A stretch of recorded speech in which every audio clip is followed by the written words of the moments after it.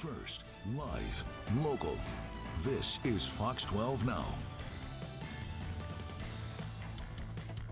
And hello, everyone. I'm Greg Nibbler. This is Fox 12 Now. As always, appreciate you joining us. We are live streaming on our social media channels, on our apps, and our website. And I remind you of that because it's always a good time to download the Fox 12 Oregon app. We have lots that happens there. But right now, we are going to be talking about an initiative that is happening currently to help feed kids in Oregon this summer as part of the Oregon Summer EBT program. We're going to discuss all of this and what's going on with it right now with our two guests who are joining us. So to clarify here, we have Morgan Dewey, who is joining us, and Jacki Kehrwald. And Morgan and Jacki, thank you very much for joining us here today, for being a part of the show. And, you know, to start off, maybe we could just, if you don't mind, introducing yourselves and just the organizations that you work for.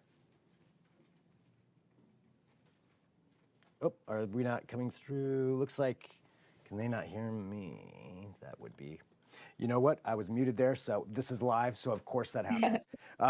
That was my fault. I just introduced both of you, but so Morgan and Jacki, thank you very much for being here with us to talk about, you know, this important program that you're both working on. And to start off, would you mind if you could each introduce yourselves and just tell us about the organizations that you work for?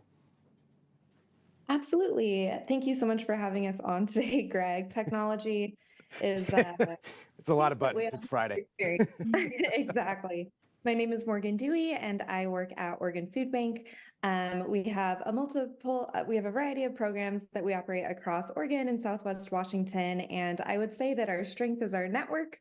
Our network is made up of 21 regional food banks and 1,400 free food markets, pantries, meal sites, and delivery programs. So we are really excited to be here, chat with you, and honored to partner with folks like Jacki. Yeah, and Jacki, could you tell us about yours? Yeah, about your organization. I'm Jacki Kehrwald, and I work at Partners for a Hunger-Free Oregon. We're an anti-hunger advocacy organization here, and we work hard to make systemic, lasting change to make food justice a reality in our communities. And both such, you know, very important things that you're working on there to help feed people. And I think to give the overall context, too, of why we're talking here today, could you tell us about this Summer EBT program and what it is and what it is that you're looking for? And then we'll get into some more details. Absolutely. Well, we are so excited to celebrate Oregon's intention to implement Summer EBT because we're seeing record need across the state of Oregon. The rising cost of food and housing, I think we all experience it, and it's certainly impacting food insecurity across Oregon and across the country. Like I said, we operate across the entire state of Oregon and Southwest Washington, really taking honor in partnership with over 1,400 free food markets and 21 regional food banks. And across that network, last year, we saw 5.9 million visits to emergency food assistance sites. Oh, excuse me. And that was a 17% increase from the previous year. So we know that this is driven from the economic fallout of the COVID-19 pandemic, the sunsetting of those pandemic safety nets, the rising cost of food and housing, and of course, the entrenched systems that perpetuate poverty in our communities. It's really clear that we're in an ongoing hunger crisis and we don't see it slowing down. So we're just really excited that we're seeing the state looking forward to implementing Summer EBT. And Jacki, do you want to share a little bit about what? Yeah. Just like Morgan said, we're so excited to see Summer EBT implemented in Oregon. There's such a big need for it. And summer especially is the time where we see hunger spike for kids and youth when they don't have access to school meals, getting lunches and often breakfasts at school too.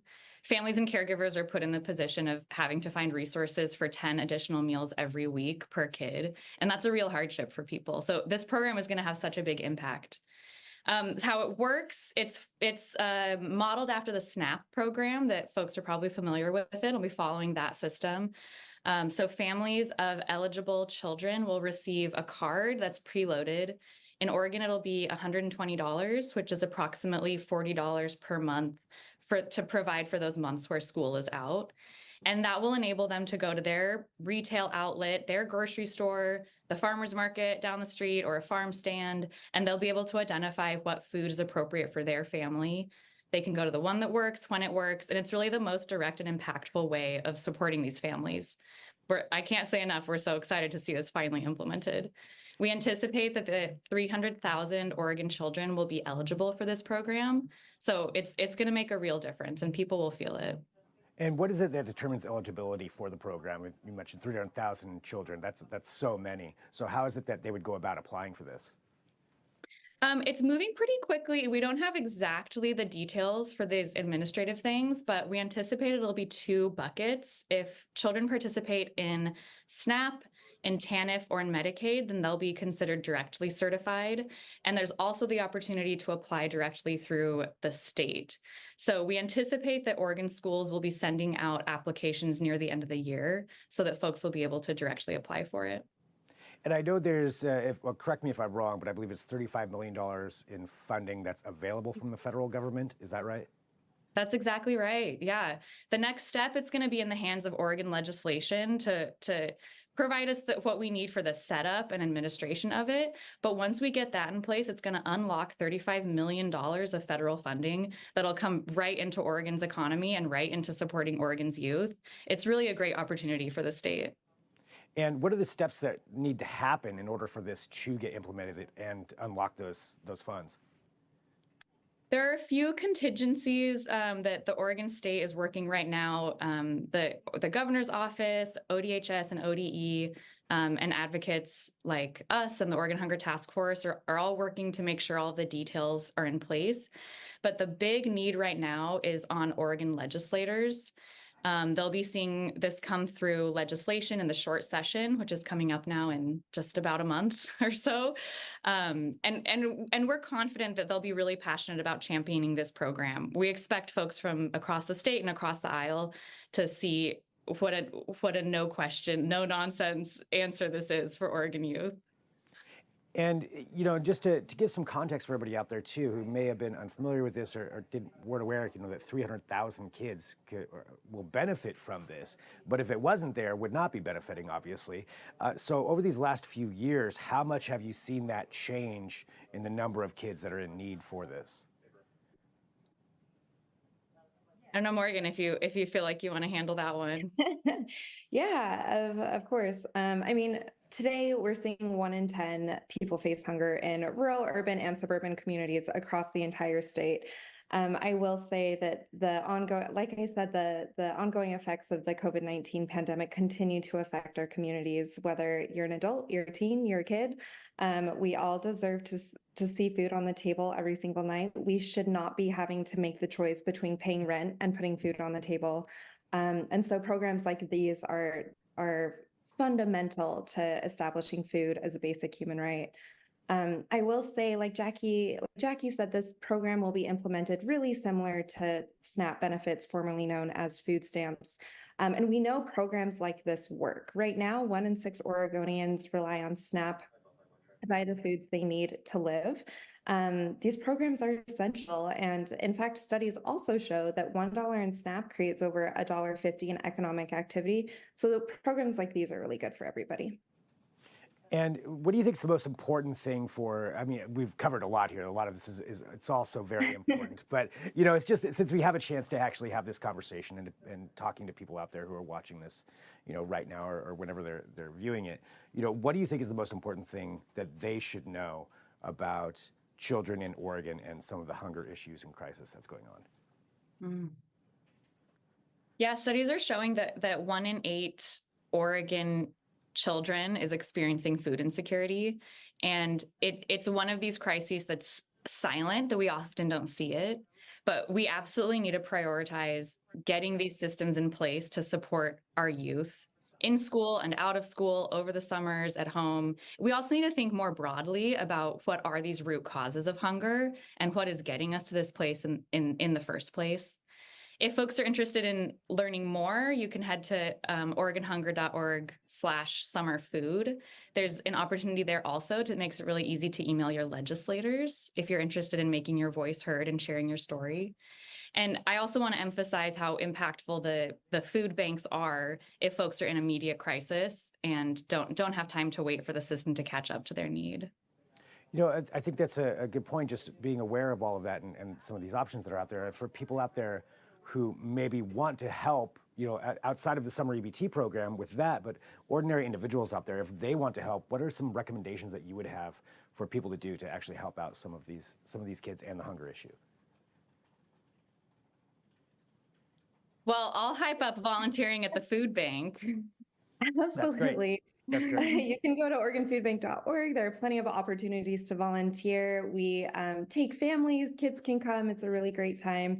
And I will also say for anyone who is in need of food and finding local resources in their own communities, folks can go to OregonFoodFinder.org and type in your zip code. It's really easy to see food banks, pantries, meal sites, including school programs and churches that have food for you no matter where you're from, no matter your status, no matter what you need. So OregonFoodFinder.org. That's great. So definitely some options out there for people to help out and, to maybe encourage the legislature to get this passed and to get that through. And so I guess just to recap everything, can we get that timeline once again of when this could get passed and how soon you could get that funding? Yeah, we expect this to pass in short session, which is coming up this spring. And if all goes well, and if we're able to get the pieces in place, it should happen this summer. That's great. So this could happen that quick. And so in spring is when we'll have that vote on it. Anything else that you want to let people know about, with your organizations? I mean, you both do such important work for this. So I just want to give you the opportunity, if there is anything else that you want to share for people out there. Morgan, I don't know if you have something first and then Jackie, but just to let people know about what you do. Absolutely. Like Jackie said, we are focused on food distribution today. Programs like Summer EBT are so important to make sure that our communities have access to the food they need. And also, we can give everyone a warm, wonderful meal today, but that will not end hunger tomorrow. So we partner with folks like Jackie and communities across the state to make sure we're addressing the root causes of hunger. Hunger disproportionately affects BIPOC folks and single moms and caregivers and trans and gender expansive folks, immigrants and refugees. And so ensuring that folks have access to affordable housing and healthcare and childcare really attack those root causes of hunger. And we look forward to partnering with you and the Oregon legislature and our communities to further that agenda. That's great. And Jackie, anything else that you want to share? Well, +1 to all that. I just want to reiterate that hunger, the effects of hunger can be very private and unseen and individual, but collectively we have a lot of power to address that. And we can work together. I think we can end hunger in our lifetime. And I'm really hopeful that Summer EBT and school meals and all these other things that are moving on our state are gonna bring that home. Well, I want to thank both of you very much for joining me here on Fox 12 Now to talk about this and, share your thoughts on it and just the amazing work that you do, and also to bring awareness of this for everybody out there, for the general public who may not be aware of this, and of both the Summer EBT program and just what a crisis this is with, as you mentioned, almost 300,000 kids that could benefit from this, which is great. So thank you very much for being here with me on Fox 12 Now. Really, really appreciate both of your time.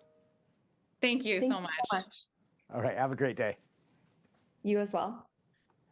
All right, there we go. So again, learning about very important things here on the show and those programs, and I really appreciate both Morgan and Jackie for joining me. Apologies for the mute at the beginning. That's on me. All right, thank you everybody again for watching Fox 12 Now. We have more coming up though today. It's Friday, which means at 2 p.m. Pacific, we're gonna be airing the Fox 12 Weather Podcast video edition. And I know there's a lot of people that are interested in possibly, maybe, there's rumblings, maybe some snow next week, towards the end of the week. I'm not going to say any of that, but I'm sure they'll be talking about that on the weather podcast. So they'll go into that in more detail. And that's coming up at 2 p.m. So you'll definitely want to join us right back here for that. But for right now, I'm signing off. I'm Greg Nibbler. This is Fox 12 Now.